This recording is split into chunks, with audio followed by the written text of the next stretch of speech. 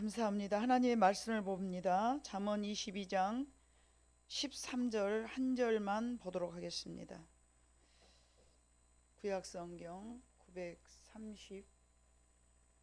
934쪽입니다. 제가 가진 성경은 잠언 22장 13절 한 절 말씀만 다 같이 합독하도록 하겠습니다. 다 찾으셨으면 시작합니다. 시작. 게으른 자는 말하기를 사자가 밖에 있는즉 내가 나가면 거리에서 찢기겠다 하느니라. 아멘. 우리는 2025년 새해를 맞이하고 세 번째 주일을 이제 하나님 앞에 예배를 드립니다. 자, 연도가 바꿔졌다 하여 우리는 모두가 새해가 아닙니다. 어제나 오늘이나 같은 마음으로 살아간다면 무슨 그것이 날짜가 바꿔졌다가 해서 새해가 되겠습니까? 새해는 우리가 새롭게 계획을 세우고 뭔가 달라져야 된다라는 계획이 있어야만이 새해일 줄로 믿습니다. 새해의 모든 것을 우리는 다짐하였습니다. 뭔가를 정하였습니다. 우리가 뭔가 이렇게 새롭게 변화되어야 되겠다. 이런 새 희망을 가졌기 때문에 모든 우리들은 오늘 또 정한 우리의 마음속에 새로운 신령한 말씀으로 여러분에게 채우고 내가 계획했던 모든 것들에서 시간이 지났다 하여 이제 그것이 유야무야 넘어가지 않기를 다시 한번 소망하는 마음으로 이 말씀을 준비하였습니다. 모든 그리스도인들은 예수님 안에 있을 때 우리가 예수님 때문에 희망이고 예수님 때문에 또 소망이며 예수님 때문에 우리가 새롭게 거듭나게 될 줄로 믿습니다. 예수님을 품고 살아가는 성도가 곧 이 땅의 소망입니다. 우리가 빛을 잃어버리면 이 세상은 더 이상 소망이 없습니다.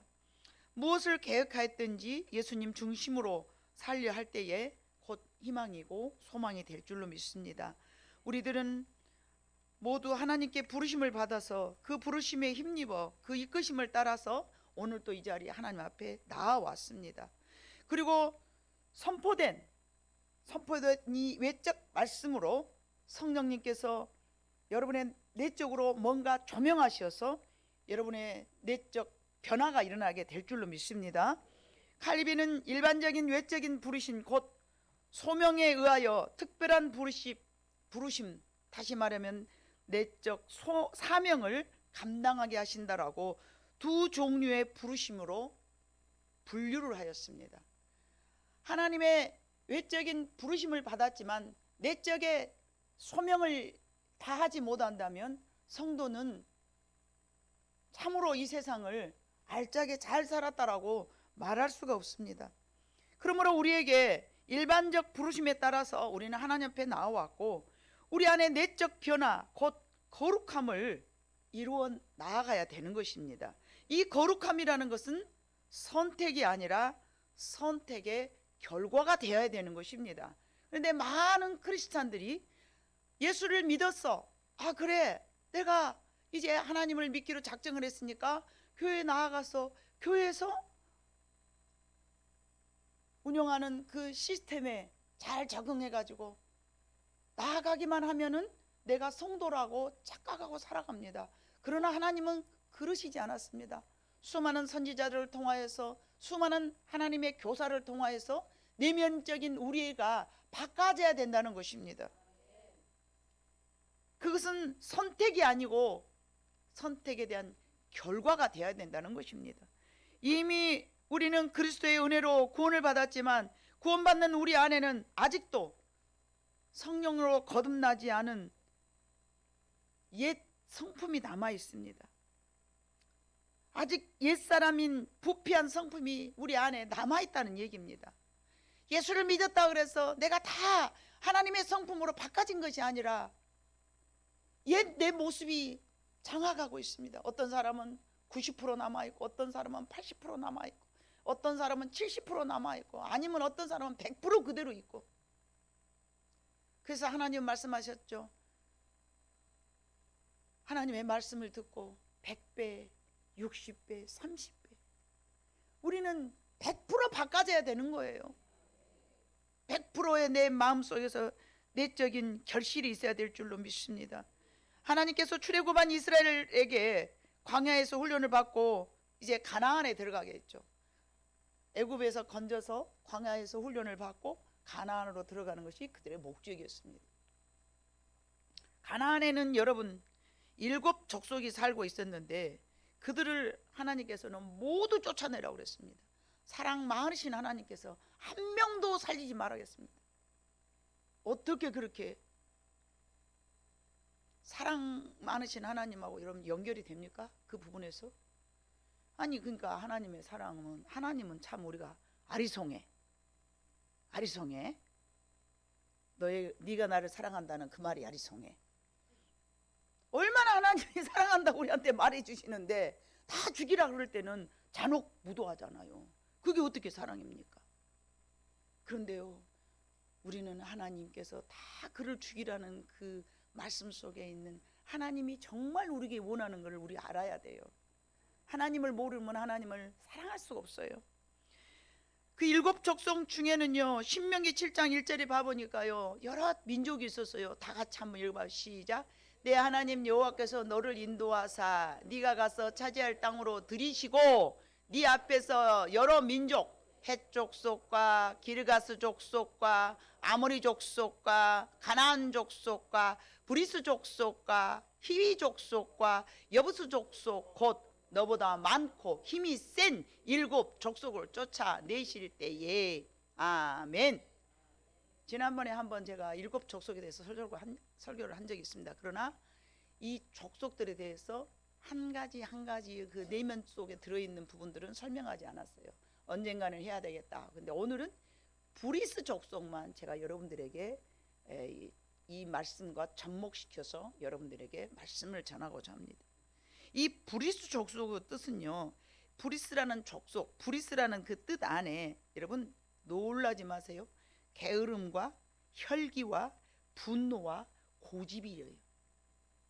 여러분 우리 심령 속에 완전한 가나안은 천국이에요. 우리 심령 속에 완전한 천국이 되기 위하려면요, 여러분 게으름도 쫓아내야 되고요, 혈기와 분노, 고집 다 쫓아내야 됩니다. 근데 남의 것 쫓아내려 하지 말고 여러분 문제가 남의 눈에 들보는, 내 눈에 들보는 보지만 못하면서 남의 눈에 티를 막 뽑아내려고, 여러분 들보가 꽉 차 있는데 남의 눈에 쬐끈한 티를 어떻게 뽑아내겠습니까? 언감생심이죠. 여러분 들보라는 것은요 전반적으로 다 가려진 거예요. 근데 어떻게 남의 눈에 티를 빼냐고, 조그마한 것을요. 하나님 말씀하셨어요. 야, 남의 눈을 티를 빼려 하지 말고 네 눈에 들보를 먼저 빼. 여러분 남은 잘 보여. 참 예수 믿는 사람이 정말 제일 처음 해야 되는 거예요. 자기 성찰이세요. 자기 성찰. 나를 뒤돌아봐야 되는데 항상 다른 사람만 봐. 어메 저것 봐라, 혈기 봐라, 어메 저것 봐라, 고집 봐라, 어메 저것 봐라, 뭐 너무 욕심이 저렇게 많다냐. 여러분 얼마나 판단을 많이 합니까? 그런데 하나님께서는 브리스 족속, 즉 말하면 게으름과 혈기와 분노와 고집이 이렇게 네 안에 있는데 그걸 쫓아내라 계신 거예요. 이 영적인 게으름은 여러분 무엇인 줄 아세요? 빗나간 자기 사랑입니다. 오늘 제목이 빗나간 자기를 사랑한다 하면서 엄청 자기를 아껴버려요. 살아불었어요. 하나님은 우리가 부지런하기를 원하십니다. 이 게으름은요 자립심도 없고, 자립심도 없고 존재감도 약하며 신경질적이고 미움으로 뭉쳐있는 성품. 그래서 혈기, 짜증, 남에 대한 오지랖. 여러분들은 오지랖을 좋게 생각하지만 하나님 앞에서는 그건 좋게 생각하지 않습니다. 너나 잘해라. 항상 하나님은 네가 잘해. 네가 다른 사람 신경 쓰지 말고 네만 잘해. 네가 문제요. 내가 문제예요. 아멘. 나 따라서 해봐. 내가 문제예요. 네가 문제가 아니고 내가 문제라고. 옛날에도 여러분 말씀했죠. 싸움을 할 때 같이 걸어야 싸움이 되죠. 하나만 걸으면 싸움이 안 되는 거예요. 내가 쭉 마음을 하나님 말씀에서 편안하게 있으면 저기서 하나만 나를 걸라고 건드려도 괜찮아지는 거예요. 양다리가 걸어버려야 이게 딱 싸움이 나는 거야. 이 브리스라는 그 원래의 뜻은 시골이라는 뜻이에요. 시골. 난 무식하다고, 나는 무식하다고, 시골. 난 무식하고 무식하다 그러면서 비신앙적인 사람이 있어요. 그래, 나 무식한데 어쩌라고 막 이러면서. 무식한 것이 자랑은 아니잖아요. 무식하니까 나는 혈기만 부리는 거야. 막 고집만 내 부리는 거야. 온전한 인격 속에는 그럴 수가 없어요. 다른 사람을 배려하고 다른 사람을 먼저 생각하고, 내가 이렇게 말하면 상대방이 어떻게 생각할까? 말씀을 깨닫지 못해서 부르심에 합당한 열매 없는 게으르고 자기 자신을 보지 못하고 코앞만 내려다보면서 멀리 바라보지 못하는, 그래서 그런 약한 자립심과 존재감을 없는 그런 마음들, 이러한 영적 문제는 신앙의 성장을 가로막고 혈기와 짜증을 일으킵니다. 그리고 신경질적인 성격을 갖게 하여서 항상 미움과 다툼을 만들어내고 있습니다. 이런 사람과 함께 있으면서 어찌 그곳을 천국이라고 말하겠습니까? 여러분이 천국을 사모한다면 내가 그렇게 돼야 되는 것입니다. 우리 안에 있는 브리스 족속을 반드시 몰아내야 될 줄로 믿습니다. 브리스 족속이란 가장 대표적인 중심에서 빗나간 자기 애를 인하여 게으름이 대표적입니다. 게으름. 자기 사랑이라고 말하면서 이것이 엄청나게 잘못된 자기 사랑이라니까요. 그 부분을 이제 여러분에게 적나라하게 말씀드리기를 원합니다. 우리가 버려야 할 은밀한 대적 게으름이라는 것은, 이 게으름은 성화 과정을 통하여서 제거되어야 될 대표적인 악입니다. 게으른 걸 어쩌라고? 게으른 건 악이에요.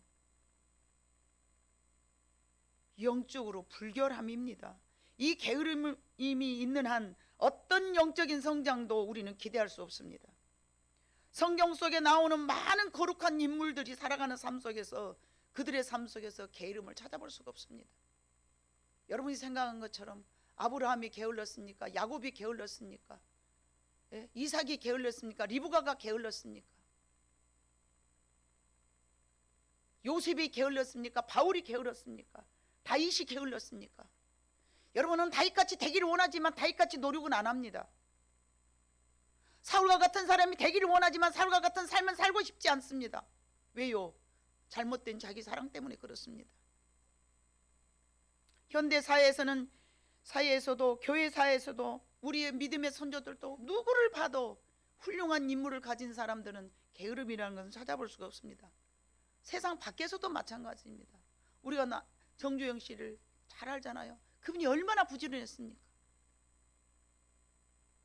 그렇게 부를 축적하고 그들의 삶은 여러분들이 소망하지만 그 사람들의 삶은 모방하지 않지 않습니까? 왜요? 잘못된 자기 사랑에 충만해졌어. 창세기 3장에 하나님께서 아담에게 이마에 땀을 흘리라고 하셨는데 그거는 저주가 아니에요. 여러분들이 생각할 때는 하와가 아기를 낳고 저주라고 생각하죠. 저주 아니에요. 죄인된 우리는 해산의 고통이 있어야만이 낮아지고 겸손하며 하나님을 바라보게 되는 것입니다. 하나님을 거역한 아담이 이마에 땀을 흘리지 아니하면 얼마나 교만하겠습니까?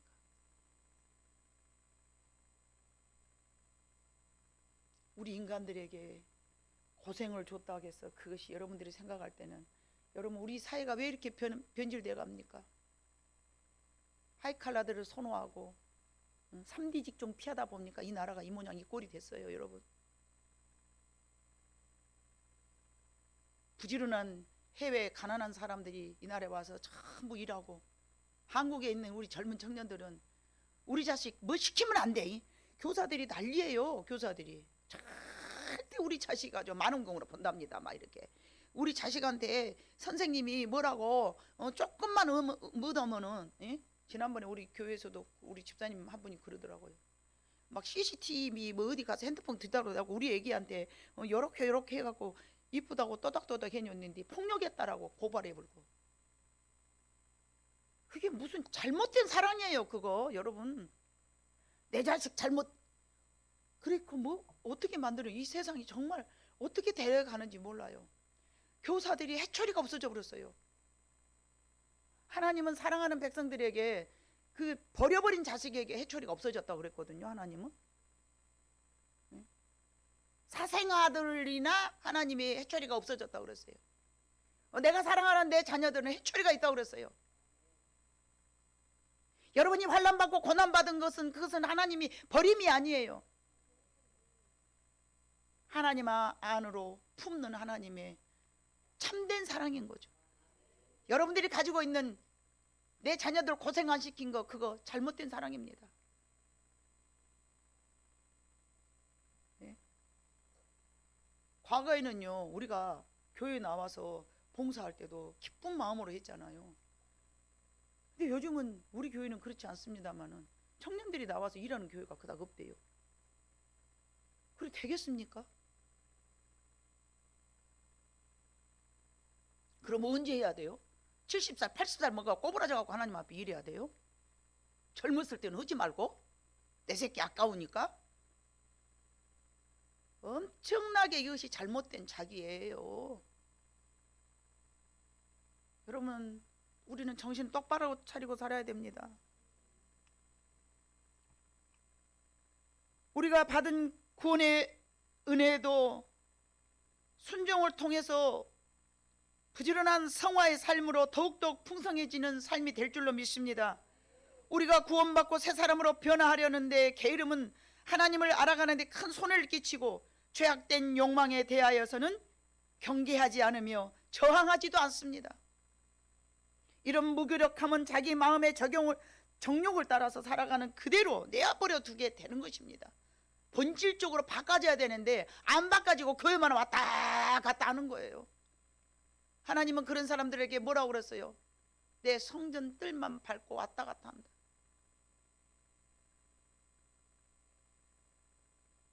변화돼야 됩니다.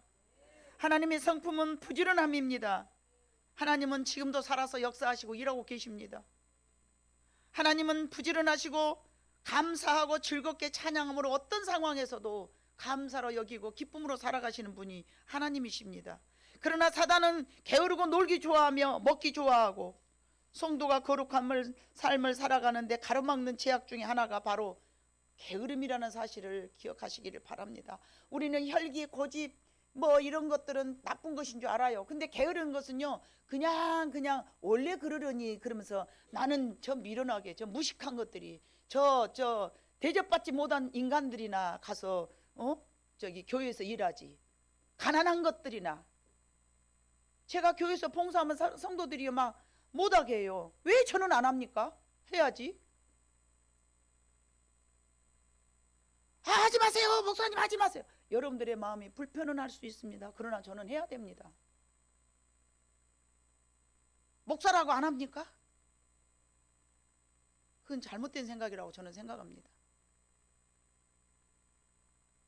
게으른 사람들은 기본적으로 자기 속에 있는 무엇을 쫓아내거나 자기가 가진 체력을 소진하지 않기를 원해요. 뭔가를 이루어내야겠다는 목표도 없습니다. 의지도 없습니다. 설령 어떻게 한두 번 마음 먹었다 할지라도 그냥 중도에 가다 말아버려요. 영적 게으름은 하나님과의 관계를 망가뜨려 놓습니다. 뿐만 아니라 다른 사람과의 관계도 망가뜨려 놓습니다. 나의 게으름 때문에 다른 사람의 신앙에도 좋지 않은 영향을 주게 합니다. 그런 사람들은 이렇게 말합니다. 환경이 안 좋아. 환경이 좋아지면 내가 그때 해야지. 그때 내가 열심히 할게. 내 마음이 안 불편해. 내가 먹고 살기도 힘든데 내가 지금 교회 가서 일하게 생겼어. 내가 지금 짐이 한 짐인데 내가 무슨. 아니요. 여러분이 한 짐, 두 짐, 석 짐을 졌더라도 하나님 앞에 나와서 봉사하고 일하게 되면 그 짐이 하나님께서 내려지게 하실 줄로 믿습니다. 내 속이 시끌시끌한데 내가 무슨 교회 가서 봉사하겠냐고. 내 속이 시끌시끌한데 내가 지금 나가서 사람들 만나겠냐고. 사람들 만날 때 시끌시끌한 마음이 잠재워지는 거예요. 엊그저께도 80살 먹었는데 뇌가 45살로 살아간 사람들이 몇 프로가 있더라고요. 근데 다 조사해 보니까 다 한결같이 부지런해. 뇌가 45살이요. 더하기 빼기도 어떻게 잘해본지 몰라. 아주 그냥.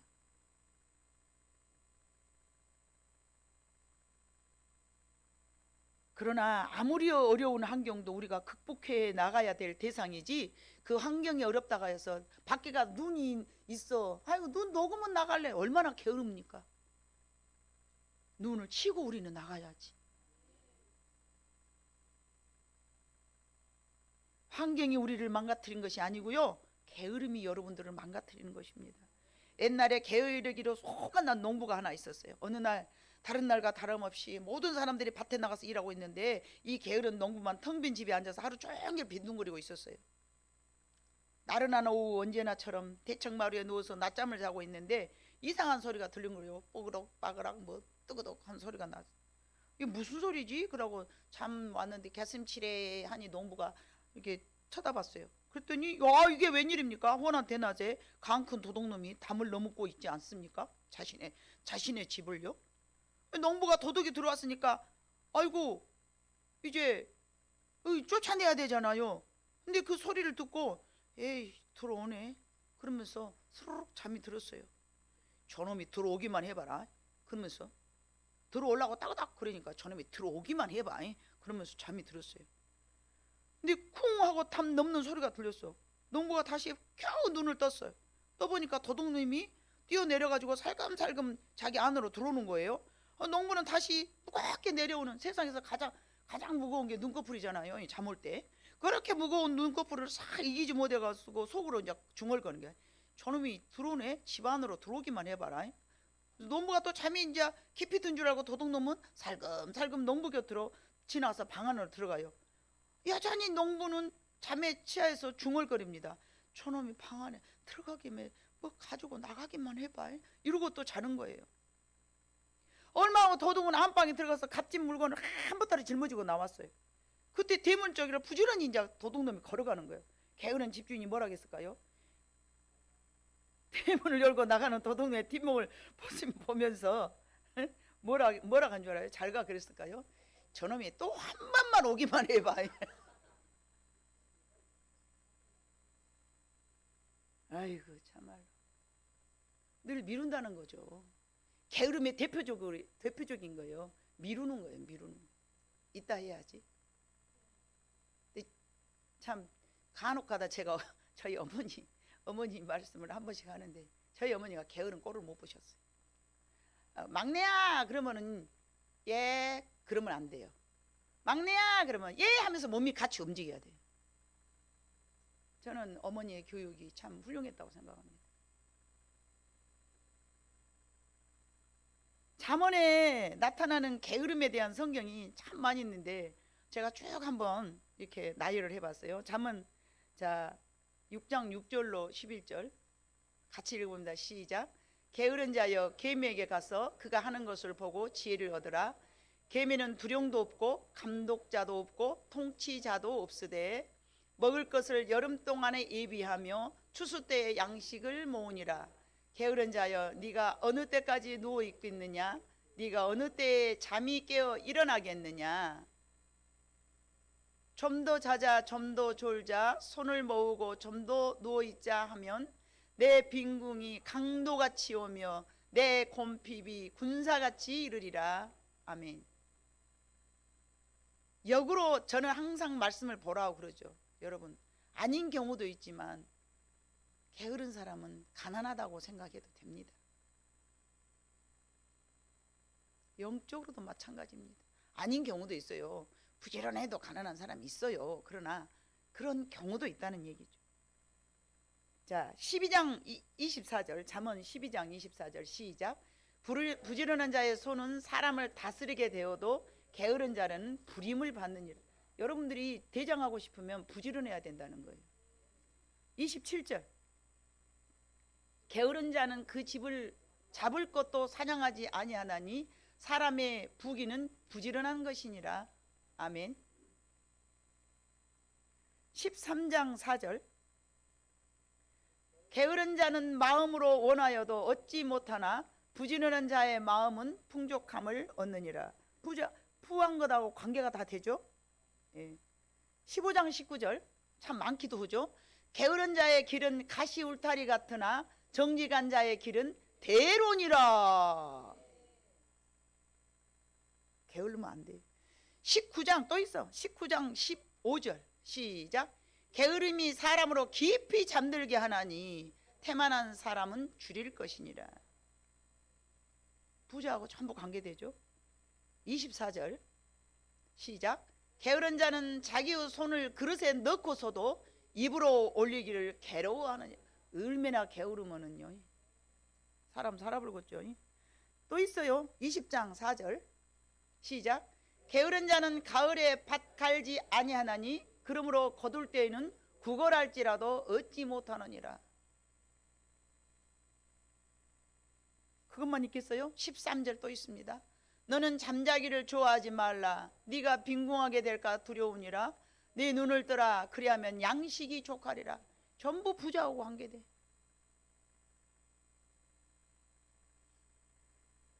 (21장 25절) 시작. 게으른 자의 욕망이 자기를 죽이나니 이는 자기의 손으로 일하기를 싫어합니다. 일하기를 절대 싫어해. 내가 못 온다고 일하냐고. 멍청한 것들이나 일하지. 본문의 말씀이 또 본문의 말씀도 있죠. 22장 13절. 자, 그런다 하고 24장 30절과 34절 읽어봅니다. 시작. 네가 게으른 자의 밭과 지혜 없는 자의 포도원을 지나며 본즉 가시던 풀이 그 전부에 퍼졌으며 그 지면이 거친 풀로 덮였고 돌담이 무너져 있기로 내가 보고 생각이 깊었고 내가 보고 훈계를 받았노라. 네가 좀 더 자자 좀 더 졸자 손을 모으고 좀 더 누워있자 하니 내 빈궁이 강도같이 오며 내 곤핍이 군사같이 이르리라. 아멘. 전부 뭐하고 다 연결돼요? 가난하고. 게으르면 가난하다고 전부 연결돼 있어. 영적으로도 마찬가지예요. 자, 26장 13절부터 16절까지 시작. 게으른 자는 길에 사자 있다 거리에 사자가 있다 하느니라. 문짝이 돌저기를 따라서 도는 것 같이 게으른 자는 침상에서 도느니라. 게으른 자는 그 손을 그릇에 넣고도 입으로 올리기를 괴로워하느니라. 게으른 자는 사리에 맞게 대답하는 사람 7보다 자기를 지혜롭게 여기느니라. 16절이 중요해요, 여러분. 내가 옳다고 생각하는 거야. 게으른 사람들이. 부지런한 사람은 다른 사람을 모방하려고 그래. 아, 저렇게 해야 되는구나. 아, 저 사람은 저렇게 하니까 나았네. 아니야, 저렇게 나는 지금까지 이렇게 살았는데 저게 맞은 것 같아. 그러면서 모방을 해야 되는데 창조를 못하면 모방이라도 해야 되잖아요. 그런데 다 사리에 맞게 지혜로운 사람 7보다도 더 자기를 지혜롭게 여겨버려. 그게 문제인 거예요.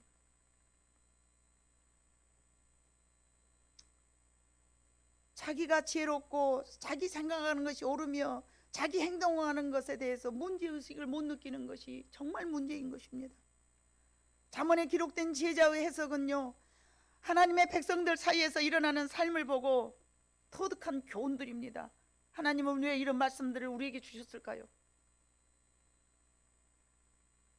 우리들이 거룩해지려고 계획을 세우나 게으름을 몰아내지 않으면 이와 같이 부질없어지기 때문이라는 것이죠. 게으름은 히브리어로 아첼이라는 단어인데 이 뜻은 기대다, 늦추다, 머뭇거리다. 기대다는 뭐예요? 남에게 다른 사람이 하겠지 하고 내가 안 해도 저것이 하겠지 그러고 기대. 늦춰. 이따가 해야지. 늦춰.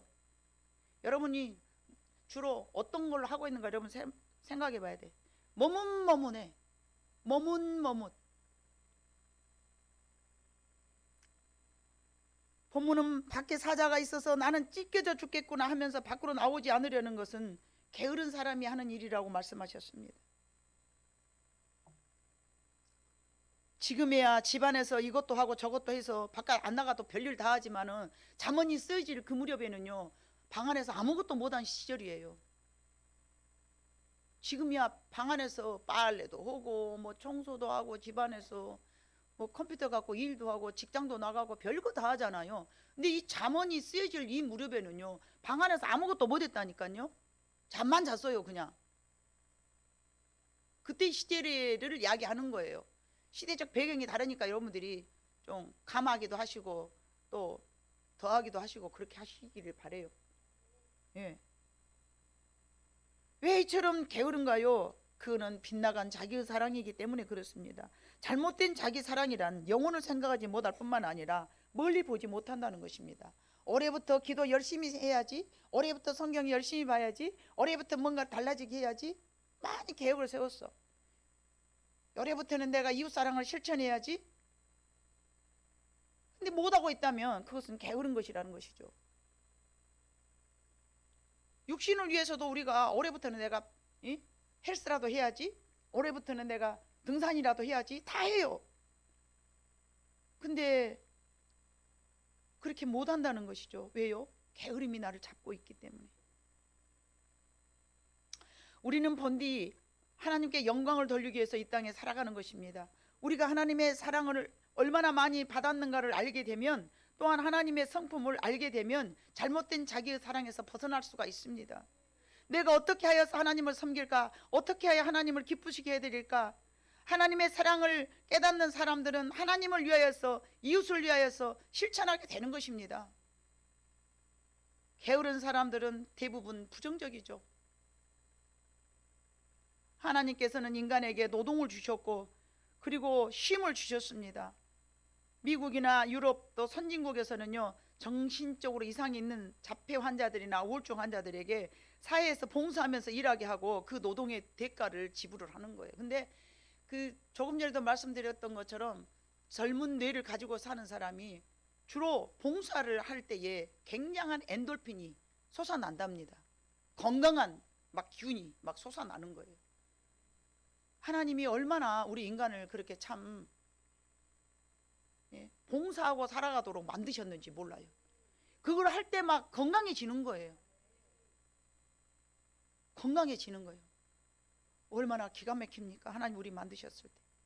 우리에게 있어서 인생은요, 생활하는 목표 성취를 하기 위하여서 땀 흘리며 살아가야 하는 것이 이 땅의 삶의 터전입니다. 아멘. 우리는 죄인으로 태어났어요. 태어날 때. 그런데 이 땅에서 누군가를 위해서 봉사하면서 살아가는 동안에 우리가 성화가 된다는 거예요. 왜 여자들이 조금 더 남자들보다 조금 더 기도하고 봉사적인 줄 아세요? 아기 낳느니라고 죽도록 고생하거든요. 남자분들 얘기 한번 나봐 보세요. 날 수만 있으면 진짜 생명이 왔다 갔다 해요. 그런 고통을 안 해봤기 때문에 참을성도 더 없어. 참 참을성도 없어. 여자들은 한번 아기 낳으면서도 죽을 고비를 넘겼기 때문에 앵간한 건 참아요. 그 경험 때문에. 아기 낳은 것에 비하면 아무것도 아니요 그러면서 막 힘들어도 그래 그때보다는 더 낫다 막 그러면서 막 참고 하는 거예요. 다시 한번요, 우리에게 있어서 인생은 생활하는 목표 성취를 하기 위해서 우리가 이 지구상에서 땀 흘리며 살아가는 삶의 터전이라고요. 우리에게 고생이 많으면요, 그만큼 하나님께서 우리를 사랑하시는 거예요. 왜요? 더 많이 성화되라고. 온실 속에 자란 사람처럼 아무것도 고생 안 한 사람들하고 여러분 대화가 됐디요? 저는 안 되더라고요. 제가 못 돼가지고. 어메 저 온실 속에 자라가지고 저거 어메 저 온실 속에 저 하초같이 생겨가지고 저 뭐 이해심도 없지, 응? 배려심도 없지, 헌신도 없지. 어찌 그래가지고 세상 살아가겠어요? 구원받는 백성들이라면 누구나 성화의 단계가 있어요. 우리가 살아가는 삶의 터전에서 하나님의 사랑을 알고 또한 우리의 위치와 역할을 깨닫게 됩니다. 아내는 아내로서, 남편은 남편으로서, 자녀는 자녀로서, 부모는 부모로서 자기 위치를 깨닫고 아 내가 이렇게 해야 되는구나. 지구라는 커다란 운동장에서 성화를 위하여서 달려가는 경주자들이에요 우리가. 아멘? 그렇게 좋은 말을 해도 아멘도 못해. 이해를 못한 것 짱가. 지구라는 이 거대한 운동장에서 우리는 생활을 위해서 달려가고 있다고요. 그러니 얼마나 부딪히고. 근데 우리는 뭐라고 해요? 저 인간만 없으면 돼. 내가 저 인간만 없으면 되니까. 저 내 인생에서 없어야 될 인간이에요. 그거는요, 아직 하나님의 섭리를 깨닫지 못한 거예요. 그 사람을 통해서 나를 만들어가는 거예요.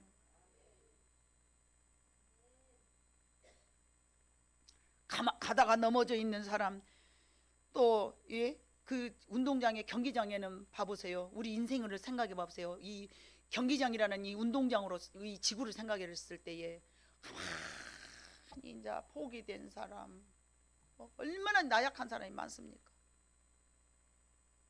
쓰러져 있는 사람, 지금도 열심히 뛰고 있는 사람, 세밭교회 성도들은 지금도 열심히 뛰는 사람의 부류에 속하기를 주님의 이름으로 축복합니다. 내 삶이 아무리 힘들고 어려워도 불평하지 말고 쫓아가는 거야. 주님이 내게 주신 내 삶인데 내가 어찌 내 입술로 불평하고 원망하리. 내게 주어진 모든 삶은 내가 그저 감사함으로 이기고 살아가자.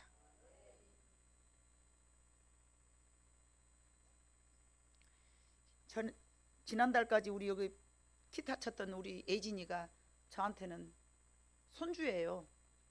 조카의 딸이니까.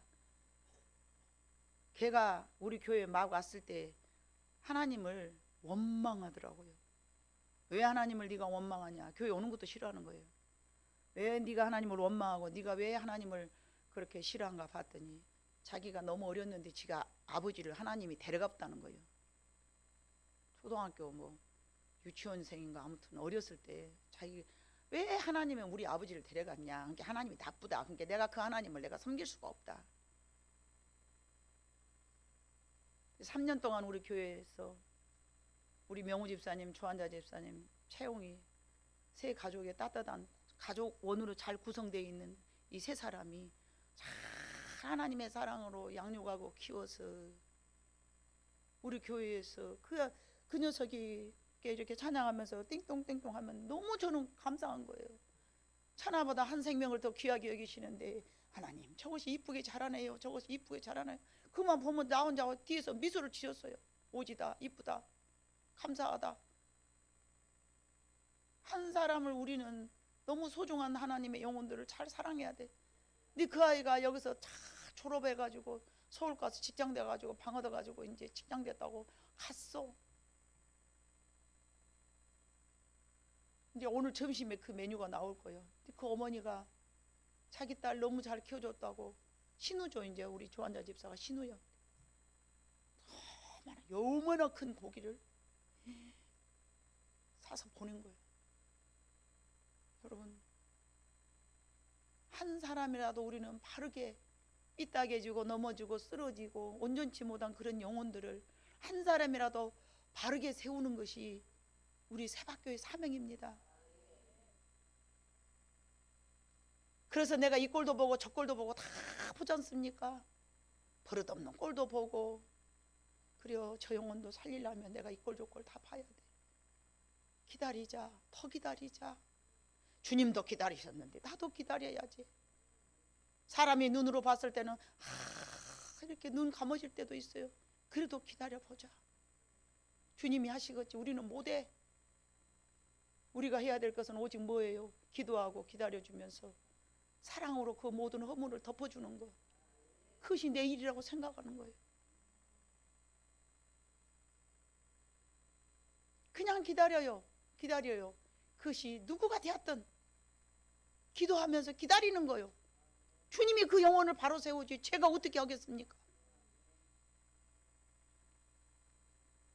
인생 살다가 커다란 운동장에서 열심히 뛰어가는 사람도 있지만 해찰하는 사람, 조금 걷다 쉬는 사람, 가다가 포기해버린 사람 얼마나 많이 있습니까?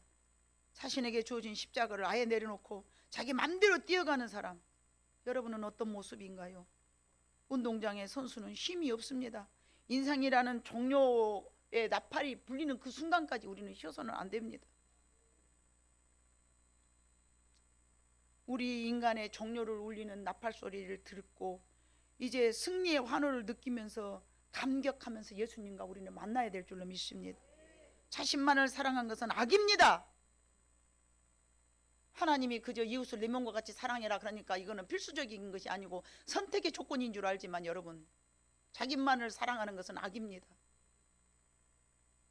그러기 위해서는 자신을 보호하려는 그런 옛 구습된 옷을 벗어버리고 브리스 사람을 내쫓아야 됩니다. 하나님을 위한 삶 그리고 남을 위한 삶을 살면서 잘못된 자기 사랑에서 벗어나야 될 줄로 믿습니다. 남을 위한 모든 삶은 곧 자기를 위한 삶이 되는 거예요. 여러분, 이게 굉장한 비밀의 또 문입니다. 남을 위해서 헌신하고 봉사할 때 나도 기쁘지만요, 그것이 다 내게로 오는 거예요. 하나님 이 제도를, 하나님의 나라의 제도, 하나님의 나라의 법을 그렇게 설정해 놓으신 거예요. 우리는 그래서 그 설정 안에 들어가야 되고 그렇게 살아야 우리에게 유익이 되고 행복한 삶이 되는 거예요. 그것이 하나님께서 우리에게 주신 거룩한 삶이고요, 거룩하게 살아가라는 하나님의 이유와 목적이 거기 있는 것입니다. 우리는 하나님 밖에서 잘못된 자기 사랑에 이미 빠져 있습니다. 부모로부터 유전으로 수없이 내려왔기 때문에 남을 위해서 헌신하고 봉사하는 것은 손해보는 것 같은 그런 미련한 자기의 잘못된 사랑 벗어버리기를 주님의 이름으로 다시 한번 부탁드립니다. 그것이 곧 게으름입니다. 내가 먼저 희생하고 남을 사랑하는 삶이 곧 지혜이고 곧 하나님이며 그것이 법입니다. 자신을 사랑하는 그것이 축복된 삶입니다. 나 자신을 축복하기 위해서 다른 사람을 위해서 헌신하고 봉사하는 것입니다. 내가 모질하니까 내가 너한테 뭔가를 봉사하고, 내가 너보다 더 낮으니까 내가 너한테 희생하고, 이런 잘못된 착각된 자기애를 벗어버리기를 주님의 이름으로 축복합니다. 우리 모두는 하나님의 정해 주신 하나님의 규칙에서 경주하셔 승리하시는 여러분 모두 되시기를 주님의 이름으로 축복합니다.